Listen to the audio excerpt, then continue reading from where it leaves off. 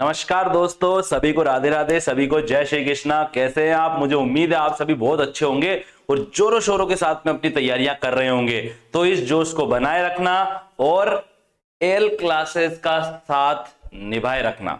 ठीक है, तो देखिए दोस्तों, आज अपन क्या पढ़ने जा रहे हैं। अपन ने इससे पहले वाली क्लास में पढ़ा था रोगों के बारे में, मानव रोगों के बारे में पढ़ा था और मैंने आपको बताया था संक्रामक रोग और असंक्रामक रोगों के बारे में। संक्रामक रोग ऐसे रोग होते हैं जो कि एक व्यक्ति से दूसरे व्यक्ति में फैल सकते हैं। जैसे कोरोना हो गया, अगर किसी बंदे को कोरोना है और अगर उससे हम मिल रहे हैं, उसके साथ में बैठ के खाना खा रहे हैं, बातें कर रहे हैं, गप्पे मार रहे हैं, तो उससे हमें भी कोरोना हो सकता है। तो कोरोना एक संक्रामक रोग है।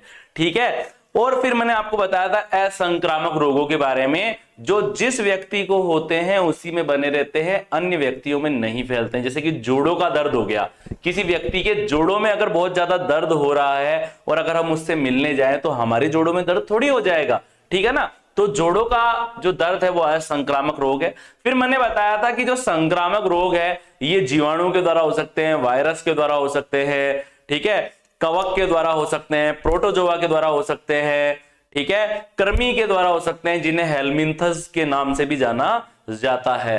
ठीक है, तो बने रहिए मेरे साथ और एंजॉय करिए आज की इस क्लास को। आज हम क्या पढ़ने जा रहे हैं? वायरस जनित रोगों के बारे में पढ़ेंगे। ठीक है, वायरस जनित रोग। टॉपिक स्टार्ट करूं उससे पहले एक इंपॉर्टेंट बात बताना चाहता हूं। देखिए दोस्तों, जरूरी नहीं है कि वायरस का नेम हमें रटा हुआ ही हो। आप एक दो बार अच्छे से पढ़ लें वायरस के नेम को, लेकिन आपसे बताऊं क्या पूछा जाएगा आपसे। मोस्ट आज तक जितने भी मैंने ज्यादातर क्वेश्चन देखे हैं ना बीमारियों के, उसमें वायरस का नाम कम पूछते हैं, बल्कि बताऊं क्या पूछते हैं कि रेबीज बीमारी होती है ए वायरस द्वारा, बी जीवाणु द्वारा, सी प्रोटोजोआ द्वारा, डी कवक द्वारा। समझ में आ रही है आपको बात?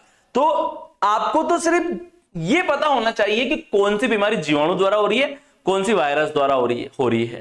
पहला काम आपको ये करना है। सेकंड काम आपको क्या करना है, फिर आपको याद कर लेना है कि कौन सी बीमारी किस नाम के वायरस द्वारा हो रही है और कौन सी बीमारी किस नाम के जीवाणु के द्वारा हो रही है। तो स्टार्ट करते हैं अपन वायरस जनित रोगों के बारे में। वायरस क्या होते हैं? वायरस ऐसे कण या अणु होते हैं जो कि शरीर से जब बाहर रहते हैं या किसी कोशिका से सब बाहर रहेंगे तो वो इनएक्टिव रहेंगे, निष्क्रिय रहेंगे, निर्जीव के समान रहेंगे। जैसे कोरोना वायरस है, अगर कोरोना वायरस जैसे इस टेबल पर हुआ या इस दीवार पर हुआ ना, जैसे बाहर हुआ, शरीर से बाहर या कोशिका से बाहर हुआ, जैसे बाहर, ठीक है ना, तो कोरोना वायरस रहेगा निष्क्रिय, निर्जीव के समान। और जैसे ही कोरोना वायरस किसी सेल के कांटेक्ट में आया, किसी बॉडी के कांटेक्ट में आया, शरीर के संपर्क में आया, तो कोरोना वायरस सक्रिय हो जाएगा। तो वायरस शरीर के बाहर निष्क्रिय रहते हैं, शरीर में सक्रिय हो जाते हैं और रोग फैलाते हैं। ठीक है, तो अपन सबसे पहली बीमारी के बारे में पढ़ते हैं, चिकन पॉक्स। क्या बोलते हैं? Chicken pox. इसे छोटी माता के नाम से भी जाना जाता है। अब आपसे पूछा जा सकता है कि रोग जनक कौन है इसका, मतलब रोग किसकी वजह से होता है? तो चिकन पॉक्स जो बीमारी है ना, ये वेरिसेला जोस्टर वायरस के द्वारा होती है। किसके द्वारा होती है? वेरिसेला जोस्टर वायरस के द्वारा होती है। ऑप्शन में अगर VZVB मिल जाए तो भी आंसर वही होगा। आई बात आपको समझ में? ऑप्शन में वहां पर वेरिसेला जोस्टर वायरस भी आ सकता है या ऑप्शन के अंदर VZVB आ सकता है। ये वाली बात आपको क्या रखनी है? ध्यान रखनी है। ठीक है दोस्तों, अब अपन आगे बढ़ते हैं। संचरण कैसे होता है? इस बीमारी का जो संचरण है वो होता है वायु द्वारा तथा रोगी के संपर्क में आने से होता है। किसी व्यक्ति को अगर चिकन पॉक्स हो गया ना, तो उसकी बॉडी पर फुंसियां ही फुंसियां हो जाएगी, दाग धब्बे हो जाएंगे। और अगर उस बंदे के पास में हम बैठ रहे हैं, उसके साथ में रह रहे हैं, सो रहे हैं, खा रहे हैं, पी रहे हैं, बात कर रहे हैं ना, तो हवा के द्वारा उसके अंदर जो वायरस है वो हमारे अंदर आ जाएंगे या किसी भी अदर बंदे में चले जाएंगे और उसको भी चिकन पॉक्स हो जाएगा। ठीक है, लक्षण क्या है? देखो सबसे इंपॉर्टेंट तो यही होता है, रोगजनक। ये वाली बात आपको ध्यान रखनी है। लक्षण क्या है? खांसी होने लग जाती है, मरीज को खांसी होने लग जाती है, बुखार आ जाता है, कमर में दर्द हो जाता है। भैया कमर की अंदर क्या होता है? दर्द हो जाता है। ये वाली बात आपको क्या रखनी है? ध्यान रखनी है। पूरे शरीर पर फुंसियां निकल आती है, फुंसियों जैसे चकते हो जाते हैं। जैसे ये एक बंदा है, बहुत प्यारा सा, तो कितनी अच्छी मुस्कान है इसकी, ठीक है। लेकिन इस बीमारी के अंदर क्या होता है, पूरी शरीर के ऊपर क्या बन जाते हैं, ऐसे चकते बन जाते हैं।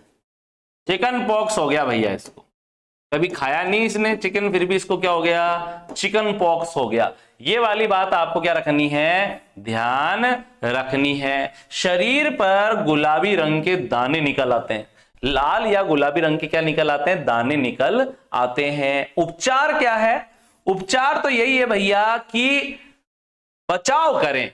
जिस बंदे को ये बीमारी हो जाती है उसको तो तरह तरह की मेडिसिन दी जाएगी, एंटीबायोटिक्स दी जाएगी, ताकि बॉडी में वायरस कम हो और वो ठीक हो। लेकिन अगर किसी को हो गया ना ये बीमारी, तो उससे क्या करना चाहिए, दूर रहना चाहिए, रोगी की वस्तुओं से बचना चाहिए। ये नहीं कि जिसको चिकन पॉक्स हुआ है वो उसी टवाल से नहा रहा है, धो रहा है, सर पूछ रहा है, मुंह पूछ रहा है, और उसी टवाल से कोई बेचारा दूसरा बंदा भी उसी को काम में ले रहा है, नहीं, उस दूसरे बंदे को भी क्या हो जाएगा, चिकन पॉक्स हो जाएगा। तो रोगी की वस्तुओं से बचें, एंटीबायोटिक का उपयोग करें। एंटीबायोटिक ऐसी मेडिसिन होती है जो किसी सूक्ष्म जीव से निकाली जाती है, किसी माइक्रो ऑर्गेनिज्म से निकाली जाती है और दूसरे सूक्ष्म जीवों को मारती है, यानी कि अदर माइक्रो ऑर्गेनिज्म को किल कर देती है। रोगी की वस्तुओं को विसंक्रमित करना चाहिए। जैसे कोई रोगी है, उसको हमने खाना दिया, किसी को चिकन पॉक्स हो गया, उसको आपने खाना खिलाया, तो जो प्लेट के अंदर, उसकी प्लेट को अच्छे से धो दें, उसके कपड़ों को अच्छे से धो दें डिटॉल वगैरह से, गर्म पानी से, ठीक है, और संबंधित दवाइयां उसे लेनी चाहिए। तो ध्यान रखना आप, चिकन पॉक्स होता है वेरिसेला जोस्टर वायरस के द्वारा, ठीक है, VZV वायरस, ठीक है। दूसरा है पोलियो बीमारी, बच्चा बच्चा जानता है इसके बारे में दोस्तों, पोलियो बीमारी के बारे में आपने बहुत सुना होगा, ठीक है। इसका पूरा नाम क्या है, पोलियोमाइलिटिस। पोलियोमाइलिटिस किसके द्वारा होती है, अब देखो इन वायरस के भी नाम है आडिटेड, अजीबोगरीब, कि उस फैमिली का वायरस है। लेकिन दोस्तों एग्जाम में कोई नहीं पूछेगा आपसे कि ये वायरस किस फैमिली का है, पोलियो फैलाने वाला वायरस किस फैमिली का है, या कहां उसका खानदान रहता है, उससे कोई नहीं पूछेगा आपसे। आपसे तो बस ये पूछा जाएगा कि पोलियो बीमारी होती है, सिंपल सा याद कर लेना, पोलियो वायरस के द्वारा। किसके द्वारा होती है, पोलियो वायरस के द्वारा होती है। और ये पोलियो वायरस का संचरण या संक्रमण होता कैसे है, पानी के द्वारा, ठीक है, पानी के द्वारा, जल के द्वारा और वायु के द्वारा। किसके द्वारा, जल के द्वारा और वायु के द्वारा। अगर पानी में या हवा में वायरस है, पोलियो वायरस है, और अगर उस हवा के संपर्क में आ रहे हैं तो पोलियो हो सकता है। अब आप बोलोगे, बोला क्या सर सांस लेना छोड़ दे, पानी पीना छोड़ दे? अरे नहीं, आपको इतना कुछ नहीं करना है, बस जो छोटे बच्चे हैं ना, उन छोटे बच्चों को पोलियो की दवा पिलाएं। पोलियो की दवा जब बच्चे पी लेते हैं ना, तो उन बच्चों के शरीर में ऐसी प्रतिरक्षियां बनने लग जाती है, और वो प्रतिरक्षियां घुसने नहीं देती है पोलियो के वायरस को बच्चों के शरीर में, और बच्चे कभी बीमार भी नहीं होते। ये वाली बात आपको क्या रखनी है, ध्यान रखनी है। अब अगर किसी बच्चे ने पोलियो की दवाई नहीं पी या कम पी, और उस बच्चे को अगर पोलियो हो गया, तो क्या क्या होगा उसके साथ, देखते हैं अपन। रीढ़ की हड्डी प्रभावित होती है भैया, पूरी शरीर में मेन जो पार्ट है ना बोन्स के अंदर, हड्डियों में, वो रीढ़ की हड्डी है। रीढ़ की हड्डी के कारण ही हम सीधे चल पाते हैं, सीधे खड़े हो पाते हैं, हाथ पैर हमारा काम कर रहा है, सब कुछ है ना। तो रीढ़ की हड्डी प्रभावित होती है। जब रीढ़ की हड्डी प्रभावित होगी तो लकवा आ जाएगा। क्या आ जाएगा, लकवा आ जाएगा। गर्दन प्रभावित होगी, यूं हो जाएगा, रोबोट की तरह बन जाएगा, रोबोट 3.0 है, तो देखोगे ना आपने, ठीक है। गर्दन अकड़ना, गर्दन में दर्द होना, तंत्रिका तंत्र व मांसपेशियां प्रभावित होने लग जाएगी। भैया तंत्रिका तंत्र ही तो शरीर को कंट्रोल कर रहा है, तंत्रिका तंत्र प्रभावित होगा तो मांसपेशियों में लकवा आ जाएगा, मांसपेशियां प्रभावित होगी। जब तंत्रिका तंत्र काम नहीं कर रहा ठीक से, रीढ़ की हड्डी खराब हो गई, मांसपेशियां खराब हो गई, तो भैया जो बंदा होगा वो विकलांग हो जाएगा, उसके हाथ या पैर काम करना बंद कर देंगे, ठीक है, विकलांगता आ जाएगी। 6 माह से 3 वर्ष तक के बच्चों को पोलियो हो सकता है। पोलियो होने की संभावना कब रहती है, 6 माह से लेकर 3 साल तक के बच्चे को पोलियो हो सकता है, ज्यादा संभावना रहती है इस समय पोलियो होने की, ठीक है। तो बच्चों को क्या पिला देनी चाहिए, छोटी उम्र में ही उन्हें पोलियो की दवा पिलानी चाहिए। हर बार जब भी पोलियो की दवा कोई पिलाने वाले आते हैं तो पोलियो की दवा पिलानी चाहिए। दरअसल इसमें वैक्सीन वगैरह तो कम लगाते हैं, वैक्सीन तो अभी बनी तो है इंजेक्शन, लेकिन इंजेक्शन की जगह ओरल वैक्सीन होती है जो मुंह से पिलाई जाती है। पोलियो ओरल वैक्सीन दी जाती है जो कि मुंह से पिलाई जाती है। उपचार क्या है? उपचार क्या है भैया? बचाव भी उपचार है। एक बार अगर पोलियो हो गया तो जिंदगी बर्बाद है। सुने देखें आप, पल्स पोलियो अभियान के तहत पोलियो की दवा पिलानी चाहिए बच्चों को। बच्चों को पोलियो की दवा पिलाओगे तो पोलियो होगा ही नहीं बच्चों को, ठीक है। लेकिन अगर बेचारे किसी बच्चे ने पोलियो की दवा नहीं पी या पोलियो की दवा इफेक्ट नहीं डाल पाई उसके शरीर पर, तो पोलियो हो जाएगा बच्चे को। तो बच्चे का हाथ पैर में, मैंने बताया ना, विकलांग हो जाएगा, तो उसका ऑपरेशन करना पड़ेगा हाथ या पैर का, उसे सीधा करने के लिए, कुछ भी करने के लिए। और अगर किसी का पैर काम नहीं कर रहा है तो उस पैर को काट दिया जाएगा और उसकी जगह नकली पैर लगाया जाता है, जिसे जयपुर फुट भी कहते हैं। जयपुर फुट क्या है? एक आर्टिफिशियल नकली पैर होता है जो विकलांग लोगों की चलने फिरने में मदद करता है। फिजियोथेरेपी की जाती है। फिजियोथेरेपी का मतलब क्या होता है? वही कि ऑयल लेकर मालिश करना, एक्सरसाइज करवाना, दौड़ाना, भगाना, ठीक है। तो उससे भी थोड़ी बोन्स वगैरह और ऑर्गन वगैरह अच्छे से वर्क करने लग जाते हैं। अगली बीमारी कौन सी है दोस्तों? हमारी अगली बीमारी है हिपेटाइटिस, जिसे यकृत शोथ भी कहते हैं। क्या कहते हैं? जिसे यकृत शोथ भी कहते हैं। यकृत शोध नहीं है दोस्तों, कोई यकृत के ऊपर कोई अपन शोध थोड़ी कर रहे हैं, यकृत शोथ है, ठीक है, यकृत शोथ। अगली बीमारी कौन सी है? यकृत शोथ है, ठीक है। हिपेटाइटिस को यकृत शोथ भी कहते हैं दोस्तों। और रोग कारक क्या है? बिल्कुल इजी है। हिपेटाइटिस किसकी वजह से होता है? हिपेटाइटिस होता है हिपेटाइटिस वायरस के कारण। दो टाइप के वायरस होते हैं, वायरस ए और वायरस बी। तो हिपेटाइटिस होता है हिपेटाइटिस वायरस ए और हिपेटाइटिस बी के कारण। दो तरह के वायरस हैं, हिपेटाइटिस ए वायरस और हिपेटाइटिस बी वायरस। इसको अपन शॉर्ट में ऐसे भी बोल सकते हैं, HAV या HBV, hepatitis A virus, hepatitis B virus द्वारा। हिपेटाइटिस ए वायरस के द्वारा हिपेटाइटिस ए होता है जो कम खतरनाक होता है, और हिपेटाइटिस बी वायरस के कारण हिपेटाइटिस बी हो जाता है जो ज्यादा खतरनाक होता है। इस हिपेटाइटिस वायरस को ऑस्ट्रेलियन प्रतिजन भी कहते हैं। क्यों कहते हैं भैया? क्योंकि एक साइंटिस्ट थे, एक वैज्ञानिक थे, उन वैज्ञानिकों ने इस वायरस के बारे में सबसे पहले ऑस्ट्रेलिया में एक जनजाति पाई जाती है, कुछ आदिवासी लोग पाए जाते हैं ऑस्ट्रेलिया में, और उन लोगों के ब्लड में सबसे पहले हिपेटाइटिस वायरस के बारे में बताया गया था। इसलिए क्या बोलते हैं इसे? ऑस्ट्रेलियन प्रतिजन के नाम से भी इस वायरस को जाना जाता है। संचरण होता है जल के द्वारा। अगर जल में वायरस है तो बीमारी हो सकती है। अब देखो, कितना ही साफ कर लो, कितने आरओ लगवा लो, जल में थोड़े बहुत तो कीड़े कीटाणु वगैरह, जीवाणु, वायरस, ये सब कुछ होते ही हैं। तो क्या उपाय है? वैक्सीन लगवा लो भैया। वैक्सीन सारी लगी हुई होनी चाहिए, सारी मेडिसिन समय समय पर लेनी चाहिए। अब जैसे कोरोना की वैक्सीन लग रही है, बूस्टर डोज लगता है, कभी कौन सा डोज लगता है। कई लोग है ना हवा में उड़ रहे हैं, अरे हमें होता है क्या कोरोना, हम नहीं लगवाएंगे कुछ भी। हट नहीं, ऐसी गलती नहीं करनी है बिल्कुल भी। जब होएगा ना, जब पता चलेगा। जो भी गवर्नमेंट आपको वैक्सीन लगवाने के लिए कह रही है ना, उसको आप लगवाएं, ठीक है, पूरे विश्वास के साथ, ठीक है। लक्षण क्या है? लीवर कमजोर हो जाता है, लीवर खराब होने लग जाता है, और आगे जाकर लीवर में कैंसर जैसी बीमारी हो जाती है, लीवर कैंसर हो जाता है, ठीक है। पाचन क्षमता कम हो जाती है। क्या हो जाती है? पाचन क्षमता कम हो जाती है, ठीक है। लीवर सिरोसिस हो जाता है। क्या हो जाता है? यकृत शोथ हो जाता है। क्या बोलते हैं इसे? यकृत शोथ कहते हैं, या इंग्लिश में कहें तो लीवर सिरोसिस हो जाता है। अब बोलेंगे लीवर सिरोसिस क्या है? लीवर सिरोसिस का मतलब है लीवर सड़ने गलने लग जाता है, कैंसर हो जाता है उसके अंदर। बचाव क्या है? उबले हुए पेयजल का उपयोग करें। जब गर्म पानी पियोगे तो गर्म पानी में वायरस तो बेचारा वैसे ही मर जाएगा उबल के। टीकाकरण करवा लें। पोलियो, जो ये हिपेटाइटिस ए और बी का है ना वैक्सीन लगती है, वो लगवा लेनी चाहिए। उपचार क्या है इसका? लिवोसिन टेबलेट लेनी चाहिए अगर किसी को ये बीमारी हो चुकी है तो।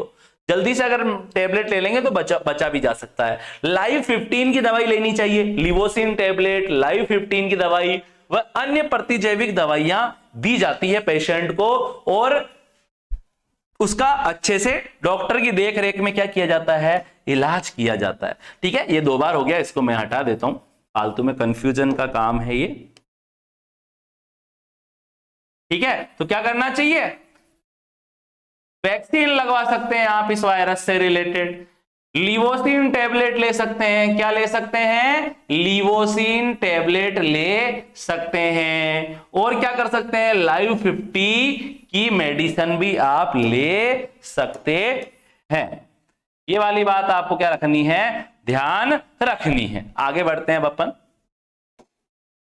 हाँ, एड्स के बारे में पढ़ेंगे अपन। एड्स की फुल फॉर्म क्या है, acquired immuno deficiency syndrome, acquired immuno deficiency syndrome. देखो मैं आपको बहुत मजेदार बात बताता हूं, जैसे माना कि कोई देश है, देश में सब कुछ अच्छे से चल रहा है, क्यों चल रहा है भैया, क्योंकि जगह जगह पुलिस स्टेशन है, वहां पर जगह जगह मिलिट्री है, पावर है, और उस पावर के कारण ही देश बिल्कुल बैलेंस में चलता रहता है। अगर हम किसी देश की सारी पुलिस को वहां से हटाते, सारी मिलिट्री को वहां से हटाते, तो आप देखेंगे चोरी चकारी होने लग जाएगी, लोग लड़ने लग जाएंगे, और जाने क्या क्या ही हो जाएगा, आप सोच नहीं सकते जाने क्या से क्या हो जाएगा। बिल्कुल वैसे की वैसे ही पुलिस और मिलिट्री हमारी शरीर में भी होती है। हमारे शरीर में WBC कोशिकाएं पाई जाती है, व्हाइट ब्लड सेल्स पाई जाती है हमारी बॉडी के अंदर, और ये व्हाइट ब्लड सेल हमारे शरीर में पाए जाने वाले मिलिट्री मेंस हैं। ठीक है, सैनिक है ये हमारी शरीर में पाए जाने वाले, ये पुलिस है हमारी शरीर में पाई जाने वाली, जो कि रोगाणुओं से, बैक्टीरिया से, वायरस से लड़कर हमारे शरीर की रक्षा करती है। एड्स का वायरस क्या करता है, एड्स का जो वायरस होता है ना, उसका नाम है HIV वायरस। क्या नाम है, HIV वायरस है। और HIV वायरस सबसे पहला अटैक कहां करता है, सबसे पहली मिसाइल कहां छोड़ता है, ये हमारी WBC के ऊपर छोड़ता है, भड़ाम। WBC को ही खा जाता है ये वायरस, खत्म कर देता है।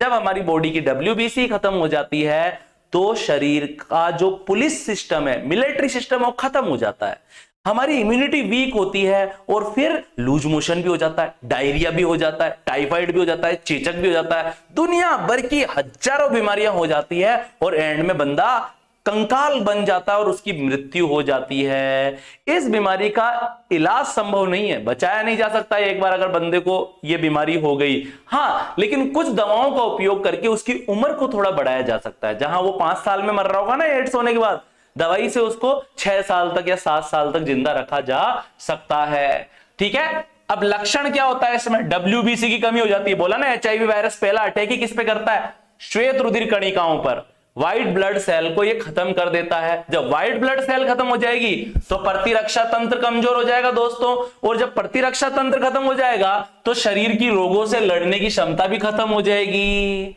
और जब शरीर में रोगों से लड़ने की क्षमता ही नहीं रहेगी तो बंदे की 100% क्या हो जाएगी, मृत्यु हो जाएगी। ये वाली बात आपको क्या रखनी है, ध्यान रखनी है। रोग अब क्या है, ये अपन क्या बोल सकते हैं कि रोग का संचरण कैसे होता है, रोग का संचरण बोलेंगे, ये क्या लिखा हुआ है, प्रकार नहीं है बल्कि क्या है, रोग का संचरण कैसे होता है। एक सेकेंड, रोग का संचरण, ठीक है। अब रोग का संचरण कैसे होता है मेरे दोस्तों, रोग का संचरण होता है कैसे होता है, सुनो। अगर जैसे किसी बंदे को एड्स है तो उसके शरीर में है बहुत सारे HIV वायरस।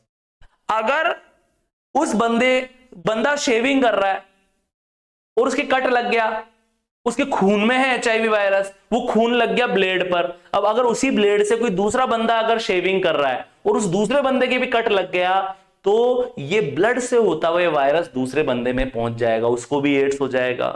ठीक है, किसी डॉक्टर साहब ने ऑपरेशन किया और पता चला पेशेंट को तो एड्स था, फिर उस औजारों को, ऑपरेशन के औजारों को अच्छे से साफ ही नहीं किया, धोया ही नहीं, और उसी से किसी और बंदे को ऑपरेशन कर दिया, पता चला उस दूसरे को भी एड्स हो गया। ठीक है, ब्लड डोनेट कर रहे हैं, पता चला किसी एड्स के रोगी का ब्लड किसी नॉर्मल पर्सन को चढ़ा दिया, उस नॉर्मल पर्सन को भी एड्स हो जाएगा। अगर किसी बंदे को HIV एड्स है और उसके साथ में अगर यौन संबंध बना लिए, जो उसके शरीर से जो तरल पदार्थ निकलेंगे, उन तरल पदार्थों के संपर्क में आने से भी एड्स हो सकता है। ठीक है, और अगर मम्मी को एड्स है, माता को एड्स है, तो उसके बच्चे को भी हो सकता है पैदा होने वाले। बहुत सारे कारण है, बहुत सारे कारण है दोस्तों। तो HIV संक्रमित व्यक्ति से यौन संपर्क द्वारा हो सकता है, संक्रमित सुई से हो सकता है। कई जो नशेड़ी होते हैं, एक ही सुई से सारे के सारे लगे रहते हैं, ले भैया तू भी लगा, ले थोड़ा तू भी लगा, थोड़ा मजा तू भी ले। मजा तो क्या देते हैं, एड्स दे देते हैं एक दूसरे को, तो संक्रमित सुई से हो जाता है। सबसे ज्यादा एड्स होता है नशे, जो ये नशा करते हैं इंजेक्शनों के द्वारा, उनके अंदर एक ही सुई से 10-10 लोग नशा कर लेते हैं, एड्स हो जाता है फिर सबको। ठीक है, ब्लेड या ऑपरेशन के औजारों से, संक्रमित माता से बच्चे में हो सकता है, संक्रमित व्यक्ति के शरीर से निकलने वाले द्रवों के संपर्क में आने से हो सकता है। किसी बंदे के ब्लड निकल रहा है शरीर से, या उसका जो स्पर्म है, वीर्य वगैरह है, उसके कांटेक्ट में आने से क्या हो सकता है, एड्स हो सकता है, क्योंकि उसमें होते हैं HIV के वायरस। ये वाली बात आपको ध्यान रखनी है। अब किसी बंदे को एड्स हुआ है या नहीं हुआ है, डायरेक्ट ही एड्स का इलाज थोड़ी चालू कर देंगे। सबसे पहले अपन देखेंगे हुआ भी है नहीं हुआ।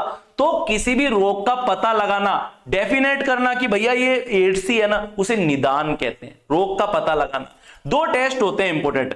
एलिसा टेस्ट, आपसे पूछा जाएगा एलाइजा टेस्ट किस लिए किया जाता है। एलाइजा टेस्ट एड्स का पता लगाने के लिए किया जाता है। फुल फॉर्म क्या है इसकी, एंजाइम लिंक्ड इम्यूनोसॉर्बेंट एसे, एंजाइम लिंक्ड इम्यूनोसॉर्बेंट एसे टेस्ट। ये टेस्ट पता लगाता है एड्स के बारे में।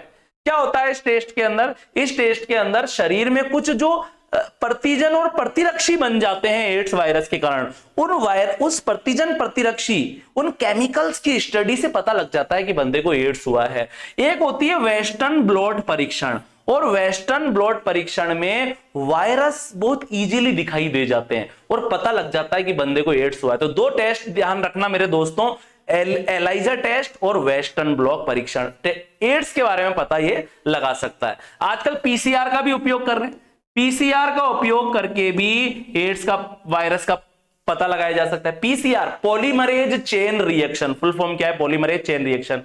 ये क्या करती है, ये ऐसी टेक्निक है जो आराम से पता लगा देती है कि बंदे को एड्स हुआ है या नहीं हुआ है। उपचार क्या है भैया, इस रोग का कोई उपचार नहीं है, बचाव ही उपचार है, परंतु कुछ दवाओं का उपयोग करके जीवन को थोड़ा खींचा जा सकता है, बढ़ाया जा सकता है। अब आपको ध्यान रखनी है दोस्तों, 1988 से सबसे पहले क्या हुआ था, 1 पेशेंट मिला था एड्स का, ज्यादा पुरानी बात नहीं है, 30-40 साल पहले। फिर 2 मिले, फिर 4 मिले, अब हजारों लाखों लोग एड्स से ग्रसित है दोस्तों। तो 1988 से प्रति वर्ष 1 दिसंबर को विश्व एड्स दिवस बनाया जाता है। क्यों बनाया जाता है 1 दिसंबर को विश्व एड्स दिवस? लोगों को एड्स के लिए जागरूक करने के लिए, ताकि लोग इस भयानक बीमारी से बच सकें। ठीक है दोस्तों, अब अपन देखते हैं, मैं थोड़ा स्पीड बढ़ाता हूं अपनी, वरना वीडियो लंबा हो जाएगा। ठीक है, आप वीडियो को 1-2 बार अच्छे से देखना, आपको जरूर समझ में आ जाएंगे सारी बीमारियां। बहुत अच्छे से बनाकर लाया हूं मैं, यूं ही नहीं, फॉर्मेलिटी नहीं कर रहा हूं मैं आपको अच्छे से बता रहा हूं एक-एक। मैं और भी बता सकता था, लेकिन अभी वीडियो लंबा हो जाता। देखिए दोस्तों, डेंगू को हड्डी तोड़ बुखार भी कहते हैं। क्यों हड्डी तोड़ बुखार? क्योंकि जिसको डेंगू हो जाता ना, पड़ जाता है बिस्तर के ऊपर, फिर उसको बोलोगे ना कि चाचा मटर पनीर बनाए खा लो, वो नहीं उठेगा मटर पनीर खाने के लिए, उसकी तो हालत बुरी होगी, हड्डियां टूट गई उसकी तो शरीर की। तो डेंगू हड्डी तोड़ बुखार होता है यहां पर, और रोग का प्रसार होता है एडीज एजिप्टी मच्छर के काटने से। डेंगू हो रहा है डेंगू वायरस के कारण, डेंगू बीमारी हो रही है डेंगू वायरस के कारण। इस डेंगू वायरस को रोगी से स्वस्थ बंदे में कौन पहुंचा रहा है? ये एजिड एजिप्टी मच्छर पहुंचा रहा है। देखना दोस्तों, मलेरिया हुआ, डेंगू हुआ, ये होता तो वायरस या प्लाज्मोडियम के द्वारा है, लेकिन फैलाता मच्छर है। जो डेंगू बीमारी है ये होती तो डेंगू वायरस के कारण है, इसका रोगजनक कौन है? Dengue virus. और इस डेंगू वायरस को सब में कौन बांट रहा है ले जाके? ये मच्छर। ये मच्छर 10 लोगों को काट रहा है और 10 को डेंगू का वायरस पहुंचा रहा है। ये डेंगू वायरस फ्लेवीवायरस फैमिली का सदस्य है। ये ग्रुप है वायरस का। इस ग्रुप, ये आपको इतना याद नहीं रखना है, तो मेरा मन था, मैंने बोला नहीं यार कुछ बताऊं इन बच्चों को, और तो मैंने यहां पर दे दिया। लेकिन आपको तो ये ध्यान रखना है, डेंगू होता है डेंगू वायरस के द्वारा। फैमिली क्या है? फ्लेवीवायरस। लक्षण क्या है? बुखार आना, ठंड लगना, जोड़ों में दर्द होना, इसलिए तो हड्डी तोड़ बुखार बोल रहे हैं इसे। प्लेटलेट्स का कम हो जाना, मृत्यु की संभावना, अगर समय पे इलाज नहीं करवाया तो डेथ हो जाती है बंदे की। उपचार क्या है? बोलते हैं ना पपीते का जूस पियो, अनार खाओ, ये खाओ, प्लेटलेट बढ़ जाएगी, गन्ने का जूस पियो, और बहुत सारी बातें आपने सुनी होगी। अब क्या इलाज है इसका भैया? किसी को डेंगू हो जाए तो माइक्रोफेनोलिक एसिड दिया जाता है। ये मेडिसिन है, माइक्रोफिनोलिक एसिड तथा रिबोविरिन का प्रयोग किया जाता है। माइक्रोफिनोलिक एसिड तथा रिबोविरिन का प्रयोग किया जाता है। और दोस्तों गैम्बूसिया मछली क्या होती है? गैम्बूसिया मछली को पाला जाता है। ये गैम्बूसिया मछली मच्छर के लार्वा को खा जाती है। कई लोगों को देखा मैंने, घर के अंदर जो एक्वेरियम होते हैं ना, वो फिश टैंक होते हैं, उसमें गैम्बूसिया मछली पाल लेते हैं, या कोई तालाब वालाब में गैम्बूसिया मछली को छोड़ देते हैं। ये मछली बताऊं क्या करती है? मच्छर के लार्वा को खा जाती है। इसका पसंदीदा जो फूड है ना, वो मच्छर के लार्वा है। अगला रोग कौन सा है दोस्तों? अगला जो हमारा रोग है वो है रेबीज रोग। इसे जलांतक रोग भी कहते हैं, या इसे हाइड्रोफोबिया भी कहते हैं। क्या कहते हैं इसे? हाइड्रोफोबिया भी कहते हैं। हाइड्रोफोबिया, इसे हाइड्रोफोबिया रोग भी कहते हैं। क्यों कहते हैं हाइड्रोफोबिया? क्योंकि जिस बंदे को रेबीज हो जाता है ना, उस बंदे को अगर आप पानी पिलाओगे तो उसके गले में इतनी ज्यादा पीड़ा होती है, इतनी ज्यादा दर्द होती है कि बेचारे को प्यास भी लगती रहती है, लेकिन बेचारा जब पानी पीता तो भयंकर दर्द होता है, तो उसको पानी से डर ही लगने लग जाता है। पानी दिखाओगे तो भाग जाएगा वहां से, ठीक है ना। अब सुनो ध्यानपूर्वक, रेबीज को जलांतक भी कहते हैं, हाइड्रोफोबिया भी कहते हैं इसे इंग्लिश के अंदर। रोगजनक कौन है इसका? वायरस से संक्रमित कुत्ता, बंदर, लोमड़ी, भेड़िया के काटने से जिसकी लार में रेबीज वायरस होता है। दोस्तों अपन यहां पर है ना, रोगजनक की जगह अपन यहां पर कर देते हैं संचरण के। संचरण कैसे होता है? संचरण,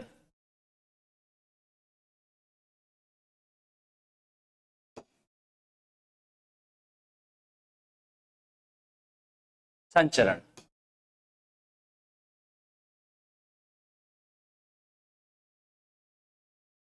इस रोग का संचरण कैसे हो रहा है? संचरण मतलब फैलाने का काम कौन कर रहा है इस रोग को? इस रोग का जो संचरण हो रहा है ना दोस्तों, वो किसके द्वारा हो रहा है? इसका जो संचरण है वो हो रहा है कैसे? संक्रमित कुत्ते काटने से। एक बार मैं जरा इसका रोगजनक भी लिख देता हूं यहां पर। इसका जो रोगजनक है ना, रोगजनक है, उसका नाम ही रेबीज वायरस है। देखो इजी है, रेबीज रोग होता है रेबीज वायरस के कारण। किसके कारण? वायरस के कारण। ठीक है दोस्तों, जो ये रेबीज वायरस होता है ना दोस्तों, ये जो रेबीज वायरस है ये कहां पाए जाते हैं? ये रेबीज वायरस जो होते हैं ये पाए जाते हैं कुत्ते की लार के अंदर। जो भेड़िए होते हैं, जो लोमड़ियां होती है, बंदर जो होते हैं, उनकी लार में ये वायरस पाए जाते हैं। जब ये जानवर किसी इंसान को काट लेते हैं, तो जब इंसान को काटते हैं ना, तो अपनी लार भी उस इंसान के खून में छोड़ देते हैं, और लार के साथ अपने जो रेबीज वायरस है वो भी उस इंसान में छोड़ देते हैं। ठीक है, जिसकी वजह से क्या होता है? रेबीज बीमारी हो जाती है। ठीक है, तो संचरण तो हो रहा है कुत्तों के काटने से, और रोगजनक कौन है? हो किसकी वजह से रहा है? ये होता है रेबीज वायरस के कारण। ठीक है, ये वाली बात आपको ध्यान रखनी। अब लक्षण क्या है? अब सुनना, रेबीज के लक्षण जब भी दिखेंगे, जैसे बोलता है ना, और इसको तो कुत्ता काट गया, अब इसके पेट में इंजेक्शन लगेंगे। डॉग के काटते ही तुरंत जाकर किसी स्वास्थ्य केंद्र में इंजेक्शन लगवा लेने चाहिए। पहले पेट में लगते थे इंजेक्शन, लेकिन आजकल हाथों में लगने वाले इंजेक्शन भी उपलब्ध है, जिनकी संख्या पहले तो पता 16 इंजेक्शन लगाते थे पेट के अंदर, कुत्ते के काटने से ज्यादा दर्द तो इंजेक्शन लगाने में होता था, बेचारे लोग डरते थे। लेकिन आजकल क्या हो गया, इंजेक्शन का साइज भी छोटा कर दिया, संख्या भी कम कर दी, 3-4 ही लगवाने, और वो भी हाथ के अंदर। तो अगर कभी कोई डॉगी, मंकी, बिल्ली वगैरह अगर आपको काट ले तो आप तुरंत जाकर रेबीज का टीका लगवा ले, क्योंकि अगर रेबीज का टीका नहीं लगवाया और रेबीज हो गया तो फिर इसमें भी एड्स की तरह क्या है, 100% मृत्यु हो जाती है। अगर किसी बंदे ने रेबीज का टीका नहीं लगवाया तो उसमें लक्षण उत्पन्न हो जाएंगे, और लक्षण उत्पन्न होने के बाद उसकी मृत्यु हो सकती है। लक्षण उत्पन्न होने में 1 दिन, 2 दिन, 10 दिन, 1 साल भी लग सकता है दोस्तों। तेज बुखार आता है, सिर दर्द होने लग जाता है, मैंने बोला ना कंठ अवरुद्ध हो जाता है, गला जाम हो जाता है, दर्द होने लग जाता है, पानी पीता है पानी से डर लगता है, इसे हाइड्रोफोबिया भी कहते हैं, पानी से डर लगना। रेबीज होता है ना जब दोस्तों, रेबीज जब बीमारी होती है, तंत्रिका तंत्र व ब्रेन पर बहुत बुरा प्रभाव पड़ता है। ब्रेन पर इतना बुरा प्रभाव पड़ता है कि इंसान है ना पागलों की जैसी हरकतें करने लग जाता है, ऐसा लगता है कि वो भी डॉगी बन गया, डॉगी के काटते ही। आई बात आपको समझ में, और उसकी क्या हो जाती है, मृत्यु तक हो जाती है। बचाव क्या है, बचाव तो यही है भैया कि जो आवारा कुत्ते हैं और जो बिल्लियां हैं उनकी रोकथाम करें, ठीक है। पालतू तथा आवारा जानवरों का टीकाकरण करना चाहिए। अब देखो ऐसा तो है नहीं, वो भी जीव है, अब ऐसे तो है नहीं कि हम हमारे स्वार्थ के लिए उनको मार दें या मरवा दें, नहीं नहीं ऐसा नहीं। हाँ, एक काम हो सकता है कि जानवरों को नुकसान पहुंचाने से तो बढ़िया है सभी जो ऐसे जो जानवर है उनका टीकाकरण कर देना चाहिए, उनमें इंजेक्शन लगा दे देने चाहिए, और उस इंजेक्शन के कारण अगर वो किसी को काटते भी है ना तो फिर रेबीज बीमारी नहीं होती है। उपचार क्या है, अगर किसी को कुत्ता काट जाए या बंदर या बिल्ली काट जाए तो एंटी रेबीज के इंजेक्शन लगवा लेने चाहिए। क्या लगवा लेने चाहिए, एंटी रेबीज के इंजेक्शन लगवा लेने चाहिए। और जो घाव हो गया है ना उसको भी डिटॉल वगैरह से, आयोडीन वगैरह से अच्छे से साफ कर लेना चाहिए। अगली जो हमारी बीमारी है दोस्तों वो है खसरा बीमारी, इसे मीजल्स भी कहते हैं। क्या कहते हैं, खसरा बीमारी, इसे मीजल्स भी कहते हैं। और ये जो बीमारी है इसका जो रोग जनक है दोस्तों, इसका जो रोग जनक जो है वो एक वायरस है।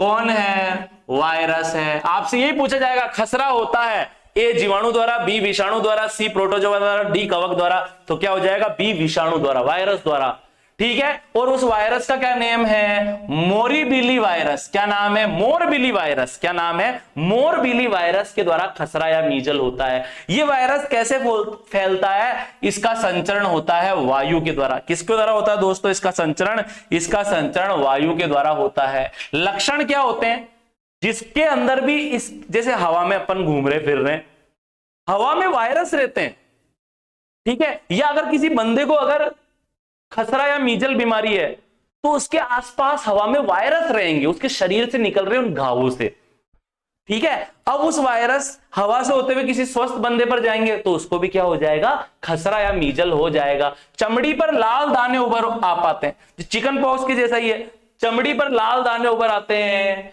ठीक है। खुजली होने लग जाती है, जलन होने लग जाती है। तो क्या होना, चमड़ी पर लाल दाने उभर आना, खुजली होना, जलन होना, ठीक है। मतलब ये चिकन पॉक्स से भी ज्यादा खतरनाक है। बचाव क्या है, रोगी की वस्तुओं को अलग रखना चाहिए, टीकाकरण करवाना चाहिए। और उपचार क्या है भैया, ये अगर आप करोगे ना उपाय, जैसे टीकाकरण करवा लिया, रोगी की वस्तुओं को अलग रख रहे हैं, साफ करके रख रहे हैं, तो रोग से बचा जा सकता है। लेकिन बचाव के बाद भी अगर रोग हो ही जाए तो भैया एंटीसेप्टिक क्रीम लगाई जाती है, दवाई दी जाती है। एंटीसेप्टिक क्रीम क्या करती है, वो जो घाव हो गए ना शरीर पर उनको भरने में सहायता करती है, ठीक है। अब अपना अगला रोग कौन सा है, सर्दी जुकाम, सबसे मेन बीमारी।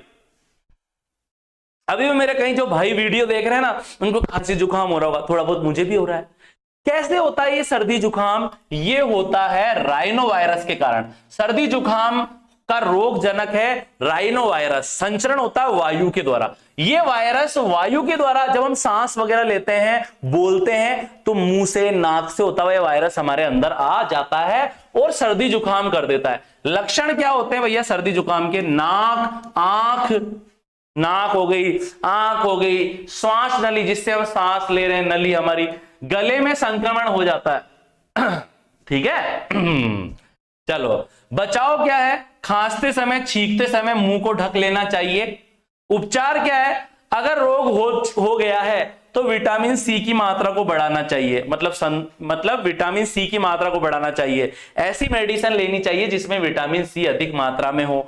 भाप लेनी चाहिए। भाप से क्या होता है? जो श्वास नली का जो संक्रमण है वो ठीक होता है। चिकित्सक की सलाह से औषधियां भी लेनी चाहिए। खुद डॉक्टर नहीं बनना चाहिए कि यूट्यूब पे वीडियो देखा और खुद का इलाज करने लग गए। गलत है भैया, ऐसा नहीं करना है ना। और अब 90 नंबर की बीमारी कौन सी है? पीत ज्वर। अब सुनो, कंफ्यूज मत होना। मैंने आपको बताया था पीलिया के बारे में, जीवाणु जनित रोग था। पीलिया के बारे में अपन ने पढ़ा था ना, जीवाणु जनित रोग था। ठीक है, तो पीलिया भी दो तीन तरह का होता है। जीवाणु द्वारा भी होता है, वायरस के द्वारा भी होता है। देखो आप, पीत ज्वर, इसको पीला बुखार या येलो फीवर भी कहते हैं और इसे जॉइंडिस के नाम से भी जाना जाता है। और जो ये येलो फीवर होता है ना, ये होता है वायरस के कारण। और ये वायरस कौन से वंश का सदस्य है, कौन से जीनस का मेंबर है?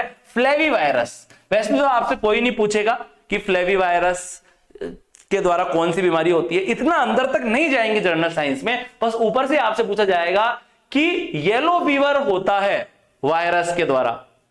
किसके द्वारा होता है? वायरस के द्वारा होता है। लेकिन अगर पीलिया ही लिखा हुआ आ जाए, स्पेशल पीलिया ही लिखा हुआ आ जाए, तो फिर पीलिया में जीवाणु आएगा। लेकिन अगर पीलिया ना लिखकर पीला बुखार आ जाए, पीत ज्वर आ जाए, येलो फीवर आ जाए, तो वहां पर वायरस आएगा। प्रसारण कैसे होता है, यानी संचरण कैसे होता है इस रोग का? अशुद्ध भोजन से होता है, अशुद्ध जल के द्वारा होता है। लक्षण क्या होते हैं? भूख लगना बंद हो जाती है, मूर्छा, वमन, सिर दर्द होता है। मूर्छा वमन का मतलब है, मूर्छा का मतलब होता है आलस आने लग जाता है, चक्कर से आने लग जाते हैं, कमजोरी हो जाती है, सिर दर्द होने लग जाता है, यकृत प्रभावित होता है दोस्तों, आंखें, नाखून पीले होने लग जाते हैं, मूत्र का रंग भी पीला हो जाता है। तो आई होप दोस्तों, जो आज हमने वायरस जनित रोगों के बारे में पढ़ा वो आपको अच्छे से समझ में आ गया होगा। वीडियो को 2 बार देखोगे ना, हमेशा के लिए आपका वायरस से होने वाले रोगों वाला जो ये टॉपिक है क्लियर हो जाएगा। नेक्स्ट क्लास के अंदर हम क्या पढ़ेंगे? नेक्स्ट क्लास में हम पढ़ेंगे प्रोटोजोआ के द्वारा होने वाले रोगों के बारे में, फिर हम पढ़ेंगे कवक के द्वारा होने वाले रोगों के बारे में, फिर हम पढ़ेंगे दोस्तों उसके बाद में कृमि यानी कि हेलमिंथस जीवों के द्वारा होने वाले रोगों के बारे में, फिर मैं आपको थोड़ा बहुत अनुवांशिक रोगों के बारे में बताऊंगा।